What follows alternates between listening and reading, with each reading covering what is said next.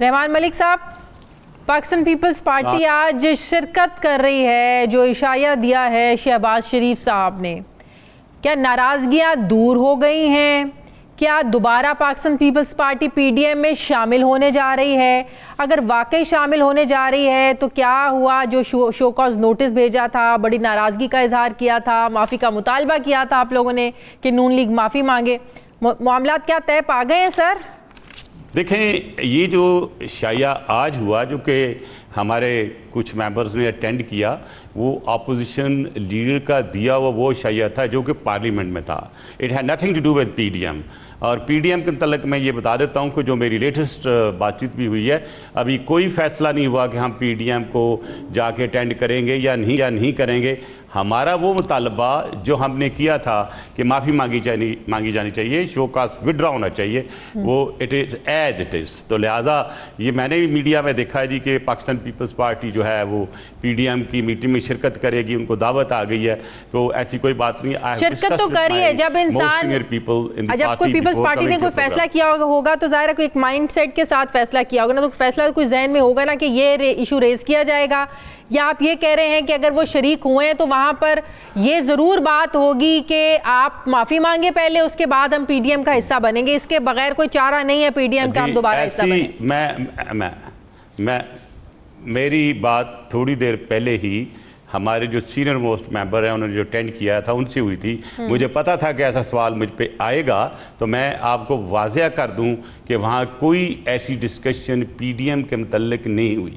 وہ ایک پارلیمنٹ کا اجلاس تھا جس میں ایم این ایز تھے جن کو بلایا گیا ہوا تھا، اور اس کا جو سیاست چل رہی ہے اپنی پارلیمنٹ سے باہر، اس سے اس کا کوئی تعلق نہیں تھا. تو لہٰذا میں آپ کو بھی واضح کر دوں، پبلک کو بھی واضح کر دوں کہ ابھی تک پاکستان پیپلز پارٹی نے جوائن کرنے کا یا اٹینڈ کرنے کا فیصلہ نہیں کیا گیا. آپ کو یاد ہوگا کہ فیصلہ یہ ہوا تھا کہ جو ہماری سی میٹنگ ہے وہ فیصلہ کرے گی کہ ہم نے اجلاس اٹینڈ کرنا ہے کہ نہیں. لاسٹ میٹنگ جو سی کی ہوئی تھی جس میں بھی تھا، اس میں یہ فیصلہ ہوا تھا کہ ہم اس وقت تک یہ اجلاس اٹینڈ نہیں کریں گے جب تک وہ اپنا دیا ہوا شو کاز نوٹس وڈرا نہیں کرتے اور یا وہ معافی نہیں مانگتے. لہذا دیکھتے ہیں اگر وہ شو کاز نوٹس وڈرا کر لیتے ہیں، کل معافی مانگ لیتے ہیں، تو میرا پیپلز پارٹی کو ہمیں کوئی اعتراض نہیں ہوگا. مطلب یہی دو صورتیں ہو سکتی ہیں کہ پی ڈی ایم میں پاکستان پیپلز پارٹی واپس جائے، شو کاز نوٹس واپس لیں یا معافی مانگے، رائٹ؟ ایگزیکٹلی. جب تک وہ نہیں ہوتا پاکستان پیپلز پارٹی جو ایز آف ناؤ جو بھی میں آپ سے بات کر رہا ہوں، کسی قسم کا کوئی فیصلہ نہیں ہوا کہ ہم پی ڈی ایم کا اجلاس اٹینڈ کریں گے. بالکل صحیح. جی رحمان ملک صاحب، پرائم منسٹر صاحب جو بار بار یہ کہتے ہیں کہ حکومت جی کچھ کہہ رہے ہیں آپ؟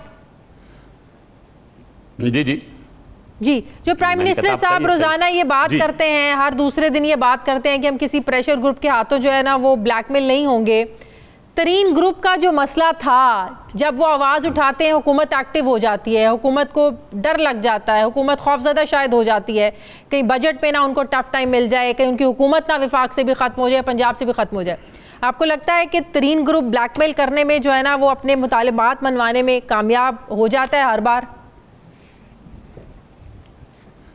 دیکھیں، جو آپ نے بھی بات کی ہے، جو سٹیٹمنٹ عمران خان صاحب کی میں نے سنی ہے ان کے کور گروپ میں، انہوں نے یہ کہا تھا کہ یہ سن لیں کہ میں کسی سے بلیک میل نہیں ہوں گا. انہوں نے لفظ استعمال کسی کا کیا تھا، انہوں نے ترین گروپ کا نہیں کیا تھا. اس میں کوئی شک نہیں ہے کہ پی ٹی آئی میں ایک دراڑ آئی ہے، اور وہ آپ نے مجھے پچھلے پروگرام میں بھی سوال کیا تھا. میں نے کہا فیوچر کی پالیٹکس میں جو ترین صاحب ہیں ان کا بہت پرومیننٹ رول ہوگا. تو آپ نے دیکھا وہ پرومیننٹ رول ہے. اگر ایسی بات ہوتی کہ صلح ہو گئی ہے تو پھر یہ آج جو اجلاس ہونا تھا وہ بظاہر ہے بیکاز آف دس ڈنر جو اپوزیشن لیڈر نے دیا تھا اس کی وجہ سے پوسٹ پون ہوا. میرا ہے وہ کل دوبارہ اجلاس کریں گے. اور میری اطلاعات یہ بھی ہیں کہ وہ جو ایک وکٹمائزیشن کا ایلیمنٹ ہوتا ہے، شاید چودھری ریاض جو فیصل آباد والے ہیں ان کو کسی ڈپارٹمنٹ نے نوٹس دیا. یہ میں نہیں بتا سکتا ایگزیکٹلی کیونکہ میرے پاس اس کی کاپی نہیں ہے. تو یہ اگر یہ سلسلہ جاری رہا تو مجھے ایسے لگ رہا ہے، تھوڑی سی میں آپ سے عرض کر دوں کہ یہ جو پینک مجھے نظر آئی ہے کہ 4.3 پہ ایک دم ہم چلے گئے ہیں گروتھ ریٹ پہ، جبکہ ہماری جو